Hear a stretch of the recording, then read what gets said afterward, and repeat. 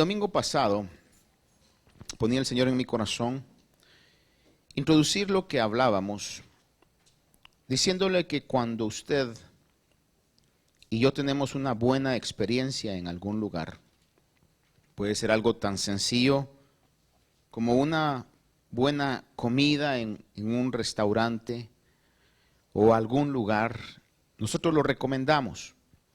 Puede ser algo un poquito más importante, como por ejemplo usted recomendar algún profesional en cualquiera que sea su profesión. Puede ser un mecánico, un plomero, o quizás personas que ya tienen una profesión de mayor preparación académica, de universidad, un abogado, un contador, un médico. Usted no va a recomendar a un médico que se le mueren todos los que entran a la clínica. Por ahí tengo yo mención de ciertos lugares, ciertos hospitales donde dicen, ¿a cuál va a ir? A tal lugar. Dice, ah, qué bueno, porque si va a otro lugar, dice, ahí entra vivo y sale embolsado, ¿verdad? Y eso se manifiesta. Hay lugares y hay personas que en algún momento son recomendables. Y le decía yo que cuando usted tiene alguna apreciación por alguien, cuando usted aprecia a una persona, le recomienda lo bueno. Y esa era la idea de la meditación del domingo pasado, poder recomendar el Evangelio, porque el Evangelio si ha sido bueno para nosotros, nosotros debemos recomendarlo. Tenemos que anunciar el Evangelio, porque el Evangelio es algo que nos ha dado buenas cosas. ¿Cuántos creemos eso y decimos amén a esa verdad?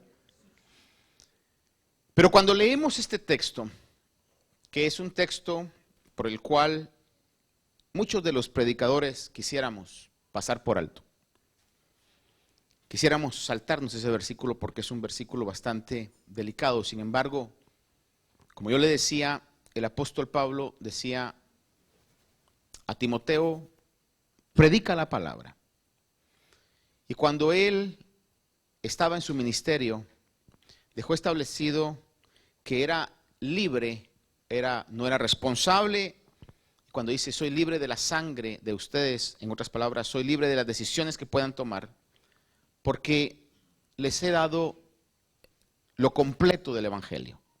No he dejado las ciertas cosas sin decir, sino que he dado todo el propósito de Dios, lo que Dios realmente deja en su palabra. Y así como la palabra de Dios es una buena noticia, porque el Evangelio es buenas nuevas. Cuando leemos versículos como por ejemplo este, y vemos específicamente el versículo 16, que dice que para unos podemos ser olor de muerte para muerte, aunque para otros podemos ser olor de vida, para otros podemos ser olor de muerte para muerte. Tenemos que preguntarnos a qué se refiere esta palabra. Y fíjese usted que hoy quisiera hablarle acerca de lo peor que le puede pasar a una persona. Lo peor que le puede pasar a una persona no es enfermarse. Lo peor que le puede pasar a alguna persona no es perder el empleo. Lo peor que le puede pasar a una persona no es tener algún tipo de situación trágica en esta vida. Lo peor que le puede pasar a una persona es estar una eternidad alejada de Dios en lo que la Biblia llama como el castigo eterno o lo que se conoce como el infierno. Por demás está decir que se dice de que hoy día no está de moda hablar sobre el infierno. Porque de una u otra manera, aquellos que en algún momento podemos hablar sobre el infierno vamos a caer mal. Vamos a tener una reacción de ser fanáticos, creedores de mitos, de leyendas, de metáforas, de cuentos, de alegorías. Sin embargo, la Biblia presenta el infierno como un lugar real donde las personas que rechazaron el regalo de Dios sufrirán la ira de Dios. Sufrirán la ira de Dios. Aunque Dios es amor. El otro día hablando con una persona, me decía estas palabras. Esta persona reconociendo que no estaba caminando de acuerdo al plan determinado de Dios, me decía: pastor, yo sé que Dios es amor, pero también sé, me dijo él, no se lo dije yo, lo dijo esta persona, que es fuego consumidor. Y es una realidad. Dios es amor también. Sin embargo, en el libro de Romanos podemos ver que la ira de Dios se manifiesta, dice, contra toda iniquidad e injusticia de los hombres. Podemos leer en el libro de Apocalipsis que hay un derramar de las copas de la ira de Dios. En otras palabras, amados hermanos, no podemos evitar de reconocer y de predicar que Dios tiene ira y que en un momento determinado la va a manifestar. Fíjense que a veces yo quisiera, cuando me oigo, digo: ¿por qué predico tan gritando? Pero me va a perdonar, quizás de unos 5 años después ya vaya a predicar más tranquilo, ¿verdad? Pero por hoy le podría decir yo, es que hay ciertas cosas que lo ponen a uno en esa situación de decir, es que es algo relevante, es algo importante, es algo que si se pudiera, deberíamos gritarlo a los 4 vientos. Que hay un momento de juicio. Día viernes aprendíamos algo en la palabra del Señor que quisiera que no se nos olvidara. ¿Por qué razón yo debo de comportarme bien? 1, porque debo hacerlo todo para la gloria de Dios. Y 2, porque todo lo que haga, sea de acción o de palabra, vamos a ser juzgados por ello. Mateo 10:28 habla y dice: y no temáis a los que matan el cuerpo, pero no pueden matar el alma. Más bien temed a aquel que puede hacer perecer tanto el alma como el cuerpo en el infierno. 25:41 de Mateo dice: entonces dirá también a los de su izquierda: apartaos de mí, malditos. Oiga, que esto lo está diciendo Dios. No lo está diciendo el diablo, lo está diciendo Dios. Malditos al fuego eterno que ha sido preparado para el diablo y sus ángeles. 25:46 de Mateo. Y estos irán al castigo eterno, pero los justos a la vida eterna. Pone acá el 46 los dos extremos. Un día donde es el día de más gozo en la vida de una persona, saber que entrará a una vida eterna, pero también será el día más triste, y creo que eso es como en inglés le llaman a una expresión cuando, a pesar de lo duro que sea la expresión, no dice realmente lo que significa. Le dicen that's an understatement. Eso se queda corto en lo que va a sentir la persona cuando sepa que ya no habrá mayor esperanza. Vida eterna y castigo eterno. Decía un escritor: el Señor no vino para hacernos mejores personas, sino el Señor vino para darnos vida de entre los muertos. Hay un poeta italiano, estoy seguro que muchos de ustedes quizás lo han conocido de nombre, obviamente ninguno de nosotros conocido en persona, y quizás ha leído alguna de sus obras, o quizás ha oído de la más famosa. Me refiero a Dante Alighieri, que no era su nombre, pero era realmente la manera en que él firmaba sus obras, y que escribió ese libro tan famoso, La Divina Comedia, donde en su contenido hace una alusión al infierno. Y Dante decía esto en su descripción imaginaria de la entrada al infierno. En inglés lo ponían y decían, aquellos que estaban entrando al infierno, había un rótulo que decía, Abandon hope, all ye who enter here. En español, abandonen toda esperanza, todos los que entran aquí. Oiga esto, abandonen toda esperanza, todos los que entran aquí. Hay un dicho que dice, usted lo ha escuchado, lo último que muere es la esperanza. Cuando la esperanza se muere todo. Uno siempre espera que esta mala racha acabe.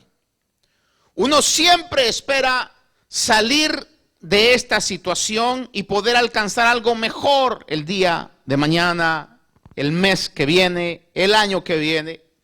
Creo que no hay atmósfera donde eso se manifieste de una manera tan real y tangente como en la despedida de un año y la bienvenida a otro año.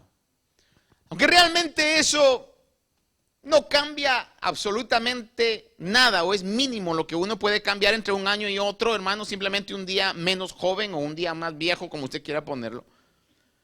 Pero hay la esperanza que quizás cambiando el número, las cosas puedan cambiar. En el mundo dicen, ojalá que este año mi suerte cambie. Y están las felicitaciones. Usted va a ver que en ese abrazo de final de año, no se dice, te deseo un año peor que este. Siempre es, le deseo un feliz año, le deseo un próspero año, le deseo un año mejor. Porque siempre en la vida de todos existe la esperanza de que el día de mañana nos traiga algo mejor. Imagínese usted entonces entrando a un lugar donde la bienvenida que le están dando es abandonen toda esperanza a aquellos que entran aquí. Abandon all hope, you who enter here. Abandonen toda esperanza. Qué terrible mensaje. Sin embargo, es algo que de una u otra manera la palabra del Señor nos habla, que eso puede llegar a la vida de cada persona. Por favor, ayúdeme esta mañana, toque a la persona así muy respetuosamente, dígale, no se asuste, pero es una verdad. Predicador muy famoso, que usted lo ha escuchado o mencionar, del siglo o a principios de este siglo, bueno, realmente siglo pasado porque ya estamos en el 2000, Charles Spurgeon decía a sus compañeros de ministerio, eviten todas las opiniones que quieran hacer minimizar la severidad del castigo eterno. Eviten toda opinión que quiera minimizar la severidad del castigo eterno. Llegar al juicio de Dios no es como llegar a la oficina del dentista. Cuando usted le pregunta, ¿me va a doler? Y le responden, va a sentir una pequeña molestia. O llegar en algún lugar, hermano, me recuerdo una experiencia que mi esposa me contó y tuvo una cirugía que tuvo en sus ojos y que el oftalmólogo, el cirujano, cuando ella le preguntó, ¿me va a doler después? Le dijo, no, al final va a sentir como que tuviera unos granitos de arena en los ojos. Cuando yo le llamé o le texté después de esto, le digo, ¿cómo te sentís? Y me dijo, me dijeron granitos, pero yo siento que tengo todo el mar adentro de mis ojos.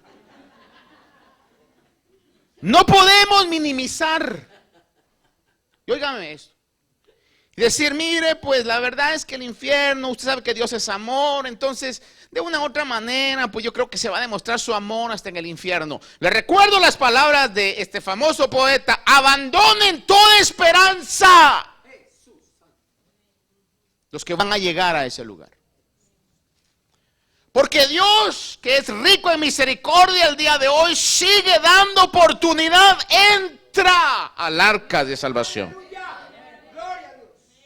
Ninguno de aquellos que perecieron en el diluvio podían decir: es injusto Dios, porque alrededor de 120 años Noé estuvo predicando el mismo mensaje y el arca estaba para que pudieran entrar. ¿Por qué decimos esto? Estaba leyendo algunos documentos sobre esto. La historia habla acerca de Henry VIII, Henry VIII, famoso por tener creo que 6 mujeres. Y creo que se echó a 5. Sí, así fue. Lo va a ver. El papá de una reina de Inglaterra que se conoce como la Sangrienta María o The Bloody Mary. Que Inglaterra estaba en una transición entre protestantismo, las enseñanzas de Lutero, de Calvino, y también el catolicismo. Y entonces esta María la Sangrienta llegó al reino después y comenzó una muerte, por eso le pusieron Bloody Mary. No es el trago que usted tomaba antes, ¿verdad?, sino que es la realidad de lo que le pusieron a esta mujer, porque mató a muchos, porque estaba defendiendo, y lo voy a decir sin ninguna pena, la enseñanza errónea del catolicismo.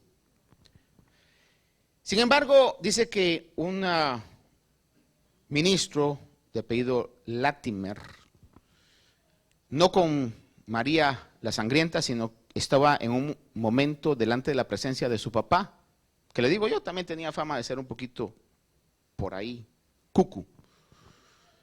Se había matado ya 5 mujeres, imagínense, ¿verdad? Y reinas, no cualquiera, aparte de todos los demás que mandaba decapitar, hermano. En la famosa Torre de Londres. Que el que llegaba a esa torre, casi era como entrar al infierno. Abandone toda esperanza aquel que entra aquí. Era raro el que salía de ese lugar. Pero dice que estaba este personaje enfrente de Henry VIII, o sería en este caso... ¿Quién es Henry? Eduardo, no. Enrique, gracias, Marlon. Y entonces, al estar enfrente de él y tener que hablarle al rey sobre las cosas que estaban malas o buenas, dice que hablaba a sí mismo y decía: Latimer, recuérdate que estás enfrente de la presencia del rey Henry. Como diciendo: cuida lo que vas a decir, porque si se ofende, hasta ahí llegaste. Y está él hablando a sí mismo: Latimer, cuídate porque estás enfrente de la presencia del rey Henry. Y de repente algo dentro de sí le cambió el disco, le dice: Latimer, cuídate lo que vas a decir, porque si no dices lo que tienes que decir, recuérdate que estás delante de la presencia del Rey de Reyes. Y de una u otra manera a veces nosotros estaremos en esa situación, donde sabemos que tenemos que advertir, porque si usted aprecia a alguien, le va a recomendar algo bueno, pero también le va a advertir sobre algo malo. Si usted aprecia a alguien, por ejemplo, vea usted, hermano, ahora con estas situaciones que se dan o que se dicen que están pasando, a veces el pastor Escamilla, que le agradezco, me textea, me dice: pastor, en tal y tal lugar parece que están haciendo redadas o cuestiones y tratamos de correr la voz. No por ninguno de ustedes, sino por aquellos vecinos y amigos, ¿verdad?, que usted conoce que puedan ser afectados por esa situación. Pero ¿por qué hacemos eso? Porque hay un aprecio. Cuando usted tiene un aprecio a alguien, no solamente le va a recomendar lo bueno, sino que lo va a alertar, lo va a advertir sobre ciertas cosas. Y le dice: mire, no vaya a tal lugar, o tenga cuidado con esta situación, porque es un scam, porque es un engaño, porque aquí puede pagarlo mal usted. Hermano, no hay mejor demostración del amor que poder decir la verdad sobre lo que la Biblia habla. Otro personaje llamado Thomas Vincent hablaba esto y decía: no solo el incrédulo estará en el infierno, oiga esto, no solo el incrédulo estará en el infierno, sino que el infierno estará en él. El sufrimiento interno es algo terrible, hermano. No voy a olvidar las palabras de una persona mucho tiempo atrás que había sufrido un episodio de violencia doméstica. Yo le pregunté, ¿cómo estás? Después de que ya había pasado un tiempo. Y me dijo estas palabras que resuenan todavía como una realidad. Me dijo, los golpes externos son más fáciles de curar que los golpes internos. Hermano, decía este hombre, no solo el incrédulo estará en el infierno, sino que el infierno estará en él.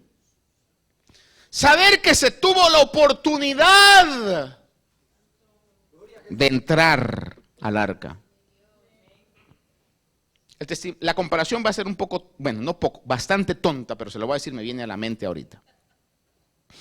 Una hermana que estuvo acá en la iglesia y luego se regresó a su país, en una oportunidad me dijo, la verdad le voy a decir que yo no le creí, pero le escuché. Pero me lo dijo con tal seguridad que me pone en duda de vez en cuando. Pero me dijo, pastor, ¿qué cree? Me dijo, dígame. Que fíjese que la semana pasada yo tuve un sueño y me dijeron que escribiera ciertos números, 6 números. Y yo los escribí. Y entonces, dentro de mí yo dije, estos han de ser los números de la lotería. Pero yo dije, no voy a comprar eso, no voy a comprar. ¿Y qué cree, pastor? Me di cuenta ayer que sí eran. Yo le digo, yo no le creí, hermano. Pero podría ser, ¿verdad? Y la hermana me lo dijo con tal, pero me dijo, ¿por qué no los escribí? ¿Por qué no los escribí? Digo que la comparación es tonta, ¿verdad? Porque no podremos nunca comparar una lotería con realmente el destino eterno. Pero la gran realidad es que habrá una mortificación interna a saber que se tuvo la oportunidad de escapar de ese lugar y más que de escapar de ese lugar, llegar al cielo y no se aprovechó. Habla la Biblia del infierno. No busque conmigo los versos porque quiero aprovechar el corto tiempo que pueda tener, dejárselos. Pero desde el Antiguo Testamento, Daniel 12:2 habla y dice que muchos de los que duermen en el polvo de la tierra despertarán, unos para vida eterna y otros para ignominia, para el desprecio eterno. De parte de Dios, desprecio eterno. Dicen por ahí, estoy muy de acuerdo, que la mejor venganza es el olvido. Cuando a alguien le ha pagado mal sentimentalmente, pero todavía esta persona anda escribiendo de la otra persona en las redes sociales. Tengan cuidado con ese desgraciado que les está bajando el sol, la luna y las estrellas. No le hagan caso, ¿verdad? El carro que maneja los presta a sus amigos, no es de él. A mí ya no me importa, pero yo nada más por advertirles. No, sí le importa. Sí le importa y por eso está tratando de no olvidarse y de poder tener una acción así. Pero cuando a alguien le preguntan, mira, y ya no te palpita el corazón por aquel. ¿Quién? Y luego le cuentan a aquel. Fíjate que le pregunté a aquella sobre vos, o sobre ti, o about you. Le dice, ¿y qué te respondió? La verdad es que ni se acuerda de vos. ¡Ah! Eso duele, hermano. Esa es como una puñalada que le atraviesa el corazón, hermano. Dice que habrá el momento donde habrá el desprecio eterno. Hoy ridiculizamos a Dios porque sabemos que Dios es amor. Hoy el mundo se atreve a poder hablar en contra de Dios y decir, pues si Dios es real, pues que me caiga un rayo, pero yo digo, porque Dios es amor. Y todavía dice que está esperando en su misericordia que se arrepientan de sus malos caminos. Pero va a haber un momento en donde, ¿sabe cuál va a ser lo más terrible del infierno? No es que el diablo esté ahí, sino que Dios no va a estar ahí. Si pudiéramos interpretarlo, porque ese es un tema de una teología profunda, porque Dios es todo y está en todo lugar, y algunos debaten, aún en el infierno puede estar. Pero el punto es, si me permite, el ejemplo es que van a ser un lugar donde van a estar los despreciados por Dios. A usted lo puede despreciar el presidente, el gobernador, su jefe, el principal de la escuela, sus vecinos, aún su propia familia. Es más, me voy a atrever a decirle esto porque está en la Biblia, aún su papá y aún su mamá. Pero la palabra dice, aunque tu padre y tu madre te dejaren, con todo yo te recogeré. Pero si Dios está con nosotros, hermano, es la bendición más grande que podemos tener. Pero que Dios lo desprecie. Que Dios diga, apartaos de mí. I don't want to know anything about you. I gave you the opportunity. I was so merciful for you, or with you. I gave myself. Porque Dios se dio a sí mismo en la persona de Cristo. And I suffer your punishment. I put myself in your place. Yo me puse en tu lugar. But you didn't want that. You despised me. Me despreciaste. You mocked me. Te burlabas de mí. Ahora apártate de mí, aquellos que hacen la maldad. Le digo, es un mensaje que Dios sabe. No quiero predicar, pero debo predicar. Pero es la realidad del mensaje bíblico. Y es la realidad que usted diga, amén, pastor, predíquelo. ¿Y sabe por qué se lo predico? Para que usted lo predique. No en una situación de condenación y que volquemos nuestra vida en el camino erróneo y querramos mandar a la gente al infierno, porque la palabra de Dios dice lo contrario. Dios no quiere que nadie se pierda, sino que todos procedan al arrepentimiento.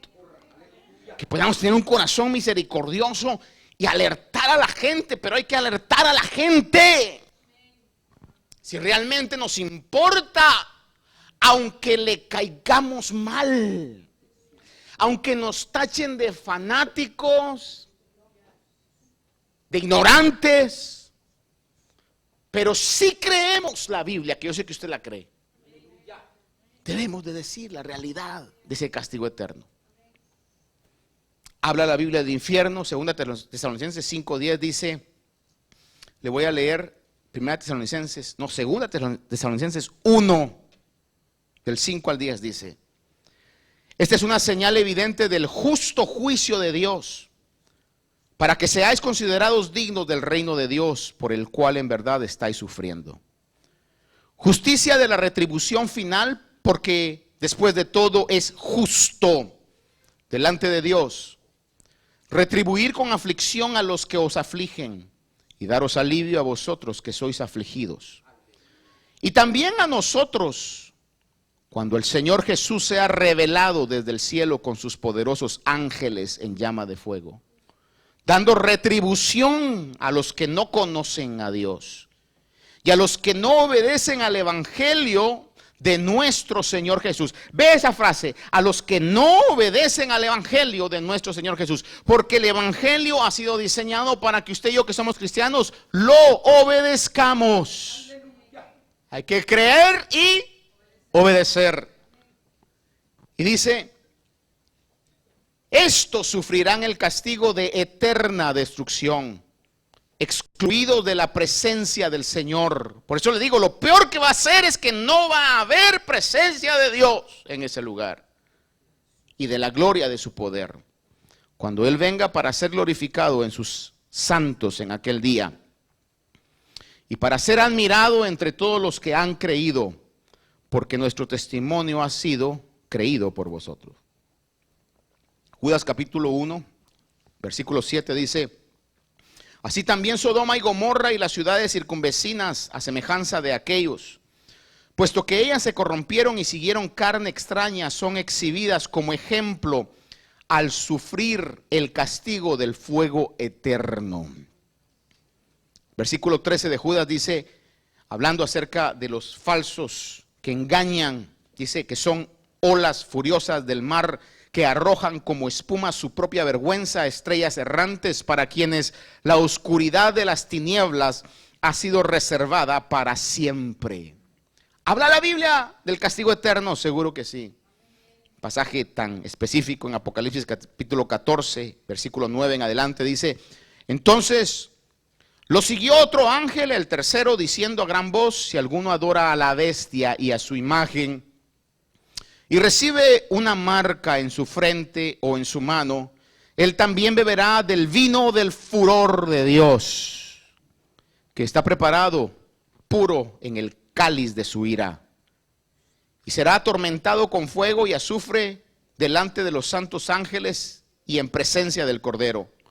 Y el humo de su tormento asciende por los siglos de los siglos, y no tienen reposo ni de día ni de noche los que adoran a la bestia y a su imagen, y cualquiera que reciba la marca de su nombre.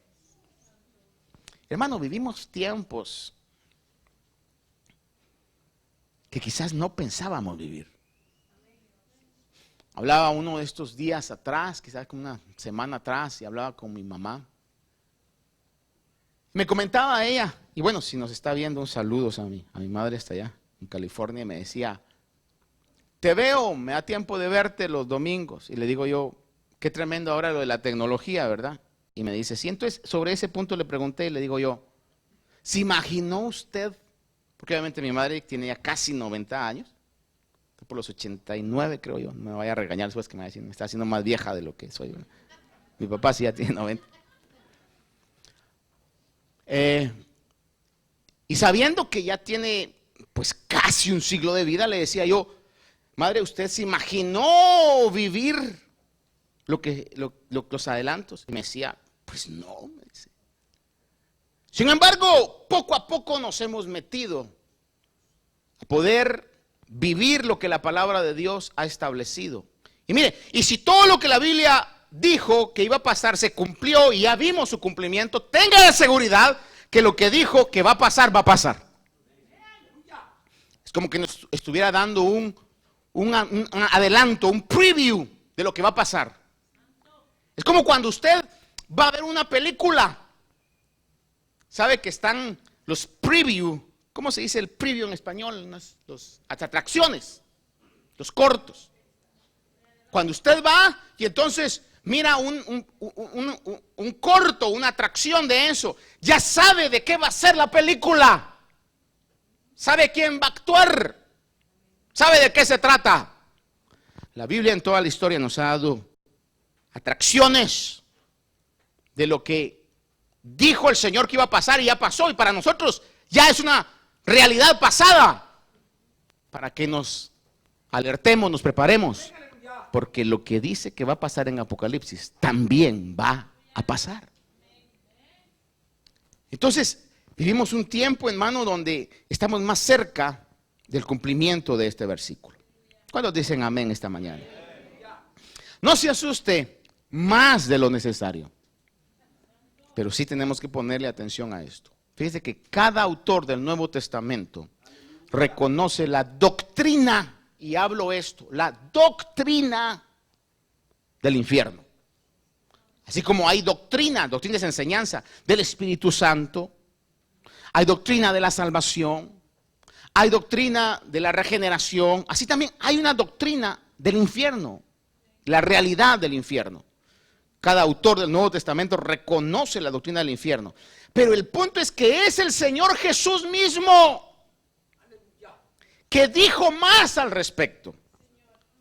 Jesús habló del infierno como un lugar real, como una verdad, y nosotros también debemos de verlo así. Su propósito, oiga esto, fue siempre advertir. Su propósito fue siempre advertir sobre esa situación. No fue plantear preguntas o debates. No lo cuestionó, lo puso en duda. Es decir, nunca va a haber usted ahí que dice, y el Señor dijo, estaba respondiendo sobre el tema de que si existe o no existe el infierno. No. Él sabía muy bien que era una realidad. Tampoco lo debatió. No se puso a hablar, bueno, pues si será una llama literal o no será una llama literal, si será eterno o no será eterno, si vamos a ser castigados con este cuerpo, otro cuerpo. No, simplemente habló del infierno. Tampoco se disculpó por ello. No dijo, discúlpenme lo que les voy a decir. No vayan a tener una mala impresión mía porque yo soy la imagen de Dios y Dios es amor. Perdonen lo que les voy a decir. Acéptenmelo con amabilidad. Nunca lo dijo así. Lo dijo tal y como tenía que ser dicho. No dijo nunca, yo no quisiera hablar sobre este tema, pero tengo que hacerlo, así como lo digo yo. Jesús asumió la realidad del infierno, como también asumió la realidad de la resurrección. Te repito, Jesús asumió la realidad del infierno, como también asumió la realidad de la resurrección. Porque si el Señor no hubiera resucitado, vana sería nuestra fe. Pero confiamos, estamos hoy aquí, porque sabemos que porque Él vive, nosotros también vivimos. Porque sabemos que si Él dijo, he venido para daros vida, si se hubiera quedado muerto, esa declaración sería vacía, sería débil, no tendría ningún peso. Pero Él lo dijo y vive hoy para cumplir las palabras y las promesas que hizo.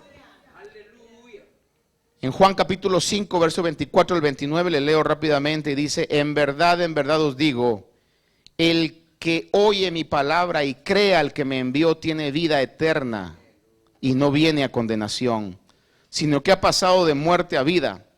En verdad os digo que viene la hora y ahora es cuando los muertos oirán la voz del Hijo de Dios.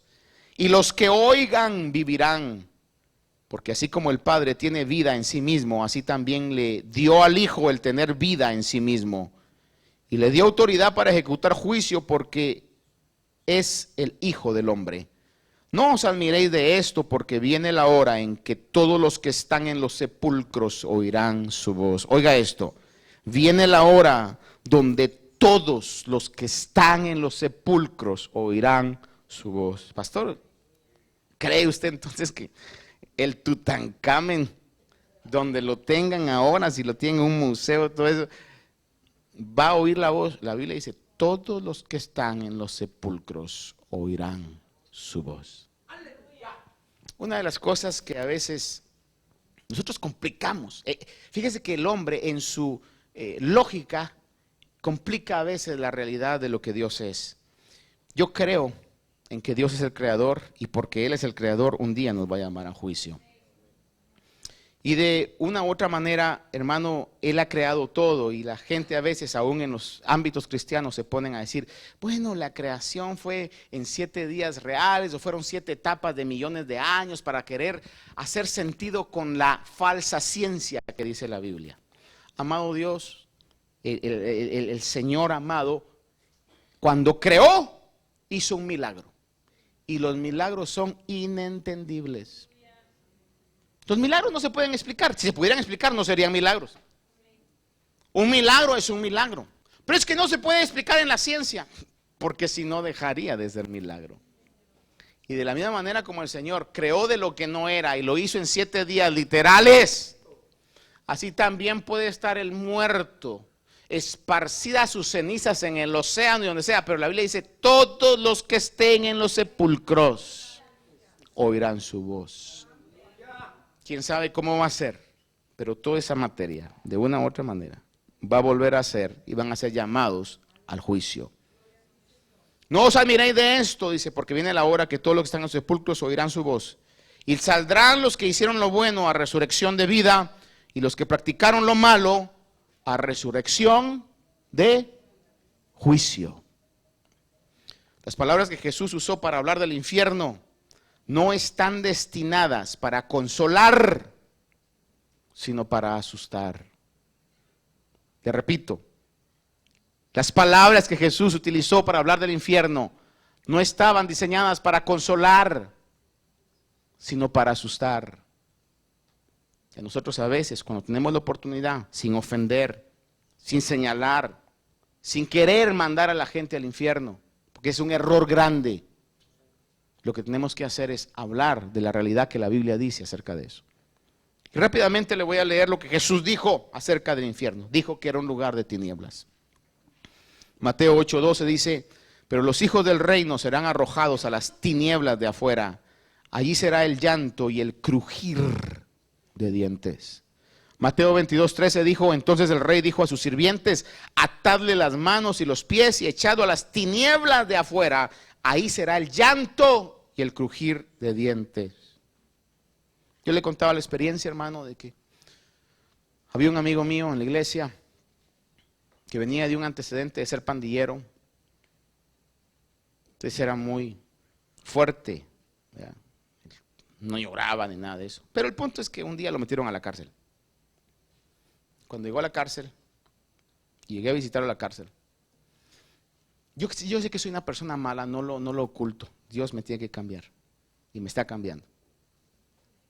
Pero cuando llegué a la cárcel, después de que yo le decía, pórtate bien, mira, no hagas esto, etcétera.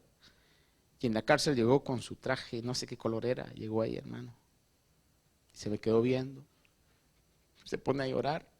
Yo me pongo a reír. Y le dije, qué gusto me da verte así. Llora, llora, bandido, llora. No seas así, que por alá. Creo que hasta que me maltrató. Le dije, no, llora, llora. Es que mira, tanto que quise verte así afuera. Obviamente yo sabía que iba a salir, pues era un tiempo nada más el que le estaban dando. Digo, llora. Porque fíjese usted de que a veces nos creemos muy fuertes, muy machos. Yo soy muy hombre, yo soy muy mujer. Pero cuando nos llega el sufrimiento, cuando nos tocan algo que solo Dios puede tocar, ahí, hermano, entonces sí nos quebramos, hermano. Dice la Biblia que en ese lugar va a ser el llanto y el crujir de dientes. Dice la Biblia que el gusano no se muere y el fuego no se apaga. No es mi propósito que entremos en un debate a qué se refiere fuego literal, gusano real. Estoy hablando de lo que Jesús dijo en la comparación para que la gente entendiera la severidad de eso. Dios se encargará de saber lo que es el infierno, pero la comparación que pone es que es un lugar donde el gusano no se muere y el fuego no se apaga. A tal grado lo puso, y vea esto, hermano. Mire, para que no se me desespere, le voy a decir el resto de las cosas, nada más se las voy a poner. También dijo que iba a ser un lugar de agonía. Vemos con el rico y Lázaro en la parábola esta, que dice que el rico le dijo, estoy en terrible agonía. Pero lo que sí quiero que vea en Marcos capítulo 9, 42 al 49, yo se lo leo, dice, y cualquiera que haga tropezar a uno de estos pequeñitos que creen en mí, mejor le fuera si le hubieran atado al cuello una piedra de molino, de las que mueve un asno, y lo hubieran echado al mar. Mire, ¿a qué punto es que debemos tratar de evitar llegar a ese lugar? Es la comparación que está haciendo el Señor. Y dice, si tu mano te es ocasión de pecar, córtala. Te es mejor entrar en la vida manco que teniendo las dos manos ir al infierno, al fuego inextinguible, donde el gusano de ellos no muere y el fuego no se apaga. Si tu pie te es ocasión de pecar, córtalo. Te es mejor entrar cojo a la vida que teniendo los dos pies ser echado al infierno, donde el gusano de ellos no muere y el fuego no se apaga.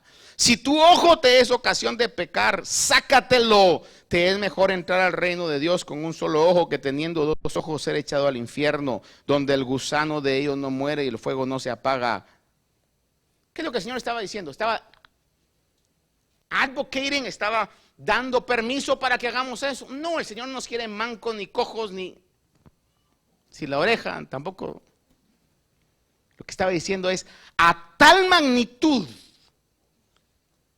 de emergencia, de gravedad, evita entrar a ese lugar, que haz lo que tengas que hacer para no entrar.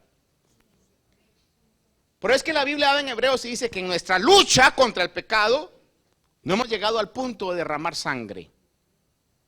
Es decir, nuestra lucha contra el pecado tiene que ser real, hermano. No nos hagamos. Todos tenemos debilidades. Por eso yo le decía el día viernes, a veces hay que tener más peligro cuando estamos, según nosotros, bendecidos. Tenemos dinero en abundancia, manejamos un buen carro, vivimos en una buena casa, todo está bien, hermano. Porque en la naturaleza del humano, al estar bien, podemos caer en el engaño de las riquezas, de la estabilidad, y olvidarnos de la realidad, que por más bien que podamos estar en esta vida es pasajera. Es una etapa nada más. Por eso, óigame bien esto, hermano, y se lo digo no porque yo ignore lo que es sufrir, hermano, porque creo que es algo difícil. Pero benditos sufrimientos que nos acercan a la presencia de Dios. Benditas escaseces, aún benditas enfermedades que nos hacen volvernos a Dios. Porque eso es lo que realmente importa en nuestra vida. Lugar de agonía, lugar terrible. Termino. Juan 3, 17 al 18. Después del famosísimo 3:16, ¿verdad? Que todos sabemos. 3:17, 18.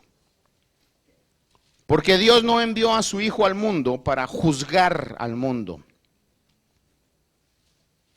sino para que el mundo sea salvo por él. El que cree en él no es condenado, pero el que no cree, no lo digo yo, el que no cree ya ha sido condenado, porque no ha creído en el nombre del unigénito Hijo de Dios. Pero es que dice que somos olor fragante para Dios, aroma fragante, pero para unos olor de vida para vida, y para otros olor de muerte para muerte. Importantísimo esto. Le voy a decir, usted no tiene comprado el día de mañana. Si usted no ha hecho a Jesús el Salvador de su vida, corra, agárrese, tome el ticket de salvación. Porque literalmente mañana puede ser demasiado tarde. ¿Por qué Dios va a castigar tan severamente a aquel que ha despreciado a su Hijo? Leía esto y con esto sí ya termino. Decía, si usted va en la calle y ve que alguien de la nada, lo cual a veces hay gente loca que así lo hace, golpea a un individuo X en la calle, le da quizás un puñetazo, como dicen dominicanos, un galletazo, y lo tumba. La policía llegará, lo acusarán y usted pagará por su crimen. Pero si usted hace eso con el presidente de los Estados Unidos, si sale vivo después de lo que el servicio secreto le haga, usted ha cometido un crimen federal contra la autoridad más grande de esta nación. Y usted va a pagar un precio mucho más alto y podrá decir, pero si lo hubiera hecho aquel que estaba ahí, no me hubieran castigado tanto. Usted podrá despreciar a cualquier persona. Amigos que me ven, a mí usted me puede despreciar, no he perdido nada. Pero si desprecia el mensaje que habla del Hijo de Dios encarnado, por eso es la severidad del castigo. Padre bueno, reconozco esta mañana